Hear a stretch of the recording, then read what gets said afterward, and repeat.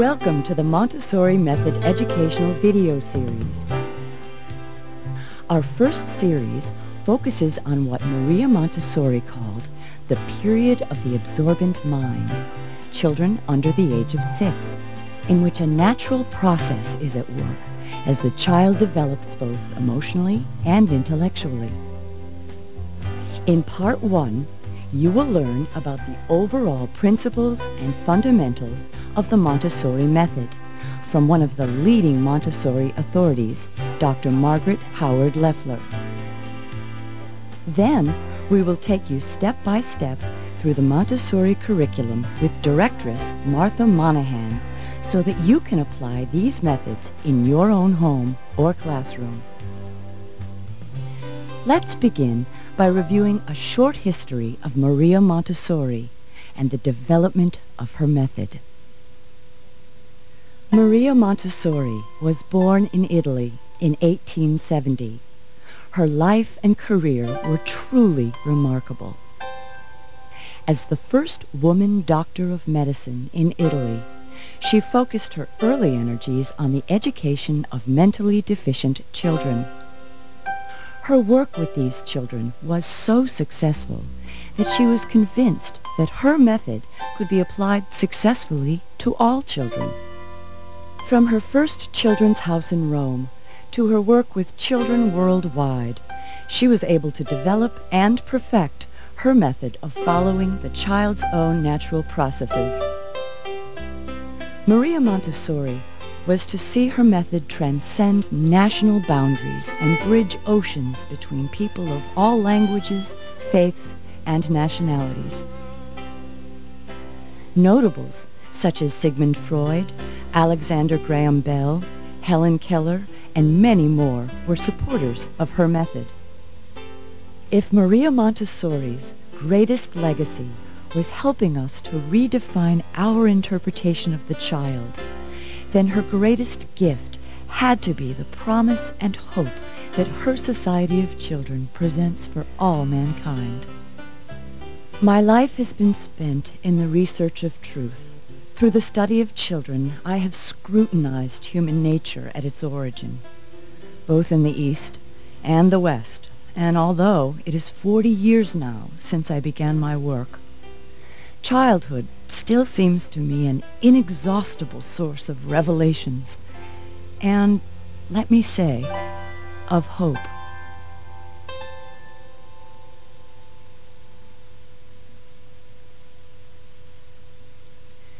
Let us begin our series with the principles and the fundamentals of the Montessori method. Well, I think the Montessori method is many things to many people. It's complex. One of the things it is a system, as we started out talking about, with the child and the adult and the environment. It's also a way of looking at the child, following the child's own progress and own development. And it's all those things.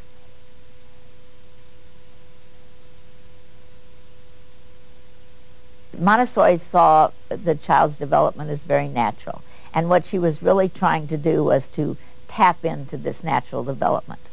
That's what she's talking about, the secret of childhood. The child is really a natural learner, a natural cooperative person. All these things are part of their own development. And so Montessori wanted to unveil the child, and she wanted to help people see what the child was really like, and through this empowering of the child with activities that they could use to develop themselves in these many ways, then the child would reveal themselves as somebody that has a long attention span, somebody that is very cooperative with other people, all kinds of very positive characteristics. And Montessori, basically, what she did that was so different than anyone else, she really observed children. She really observed and watched what children did. And so any of the didactic materials that she developed those because she saw that those activities appealed to children at a particular age, and she thought that this was because the child needed to do that at that particular time. And so she had the concept of the sensitive period. She says that at different times in a child's life, there are sensitive periods for particular behaviors and particular kinds of development. And she also talked about the fact that when the child had these sensitive periods, that if they weren't taken advantage of, then it would always be much harder to do that particular thing, to learn that particular thing later. And we know that, say, in language, that's true. It's very hard for an adult to learn a second and third languages, but a child can do it without any problem at all when they're very young. And that the teacher must plan for these particular sensitive periods for the child, and the environment should reflect activities that are touching on those sensitive periods.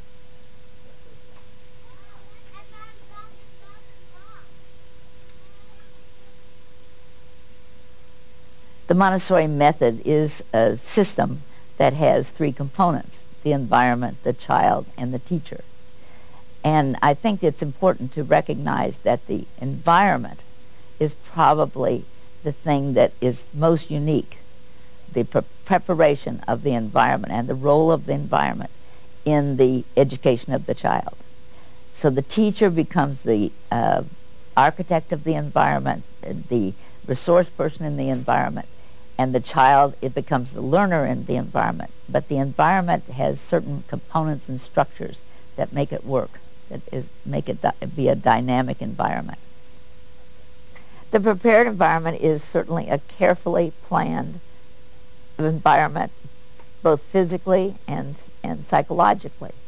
And physically, it has the components that are important for the child. It's child-sized. It has a very attractive materials for the child to work with. It has plenty of room. It has plenty of space for the child to move around in, and provides for movement. Psychologically, it has a 3-year age span. It has a freedom of choice for the child, freedom within limits, and also a teacher who is non-directive. That means indirectly teaches the child. The teacher in that environment, and I'm talking about the teacher now only because it's as part of the environment, but the teacher is not at the center of the environment. The teacher is less directive than most teachers, so that the child is more independent, and the child has more choices. The child has free choice within that environment. Now, it's not unbridled chaos by any means, because the teacher is the architect of the environment, and the teacher, he or she, decides on what's going to be in the environment. And so the child has choices within the environment, within the things that the teacher has felt were appropriate for that child within the environment. But a non-directive teacher and a 3-year age span and freedom of choice, freedom within limits as well, because there are limits to the choice, really kind of outlines the psychological, social environment for the child.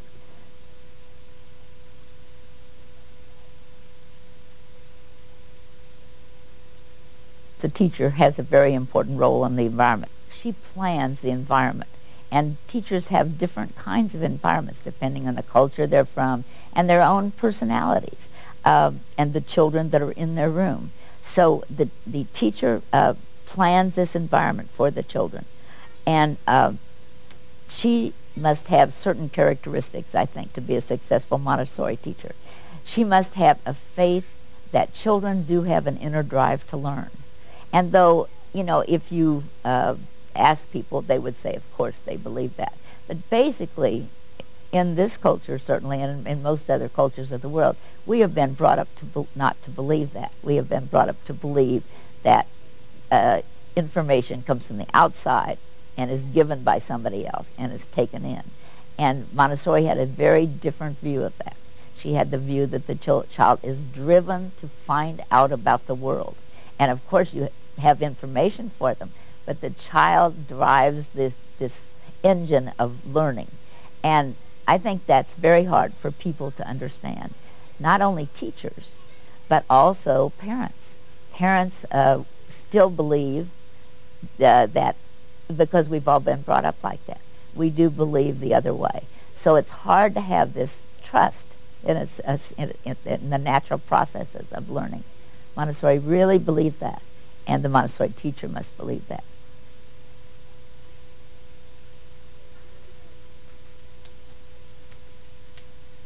You know, one of the things that the Montessori materials are sometimes called is like scaffolding.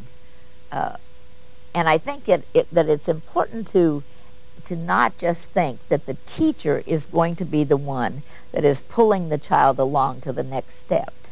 Because really what the teacher is trying to do, and especially with the didactic materials that Montessori designed, those materials are to be used by the child to construct their own thinking.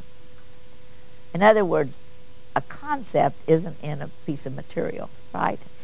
It's an activity for a child that will make them think about certain things, whether it's relationships with the dimension or whatever it is. And by working with those things, then it causes the child to have that kind of building of their own concepts.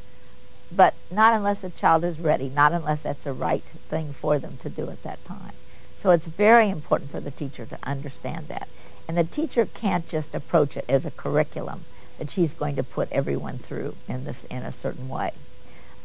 Chances are that if you're in a school, that most 3-year-olds are going to like the same kinds of things and that sort of thing. But there's always individual differences, and the child has to be looked at very much as an individual. And then, of course, the 3-year age span. So you're going to have some children doing things in the first year and others not till the 3rd year. And that's one of the beauties of that kind of open system.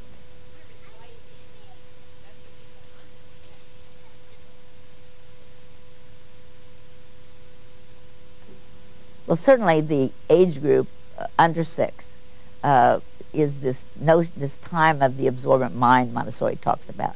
And she sees it as the most critical time of all for the child, the building of the real foundation upon which everything else is built. We look at the child with a new respect when we think about the child as this person that has this inner drive to learn. Montessori felt that the child deserved as much respect as an adult. She had a sense of a feeling that the child should not be considered an inferior being. The child was just at a different place in their life. And when I say that now, that may sound funny, but a long time ago, people did, in fact, look at children as an inferior being, and they just had to shape them up, and they weren't worth too much until they grew up. Montessori saw that children at whatever age were, very important people, and that they deserved respect. And they deserved the respect in every way of the adult in the environment. So that was a very different kind of thing. The child wasn't treated as a child, though they were protected and taken care of in that sense. But they're not treated just as a child. She also talks about the child needing to become independent and autonomous. And that was very different, again, because children weren't seen as needing to become independent and autonomous from adults.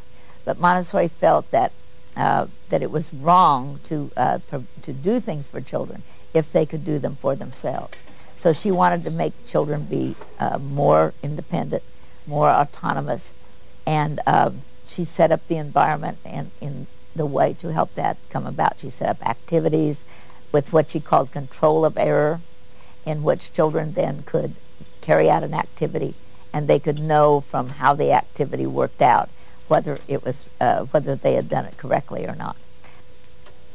I've always felt that there are great universals among children, and being an anthropologist, I have lots of reasons why I think that's true. Children change, it's true. Children seem different. They seem more precocious maybe in our environment now. But basically, the underlying way that children develop is very much the same universally. And even though we have television here and things like that earlier, and maybe we will see some real changes in children in that way, there are universal traits and universal interests of children all over the world. I'm always struck by that, by how children are so much alike, really, especially under the age of 6.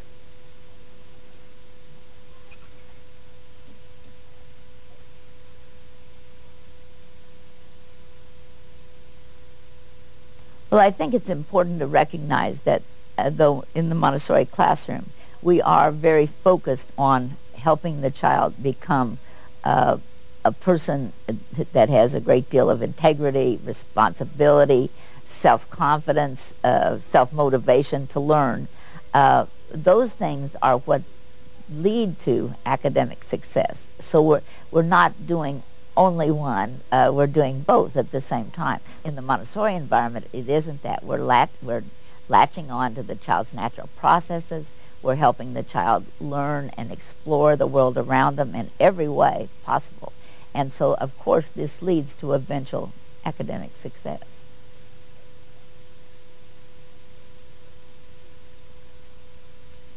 So I think that parents, modern parents, once they understand Montessori, can really appreciate it. Because one of the things that we worry about are children that do not accept responsibility, children that can't focus their attention, children that are easily led by other people, and of course we worry about drugs and all the other things. And so Montessori is really addressing all of this in her ideas of helping children develop this sense of responsibility from the early times in their lives. Montessori children do understand that they have a place in the world and that they must be the caretakers of the world as well.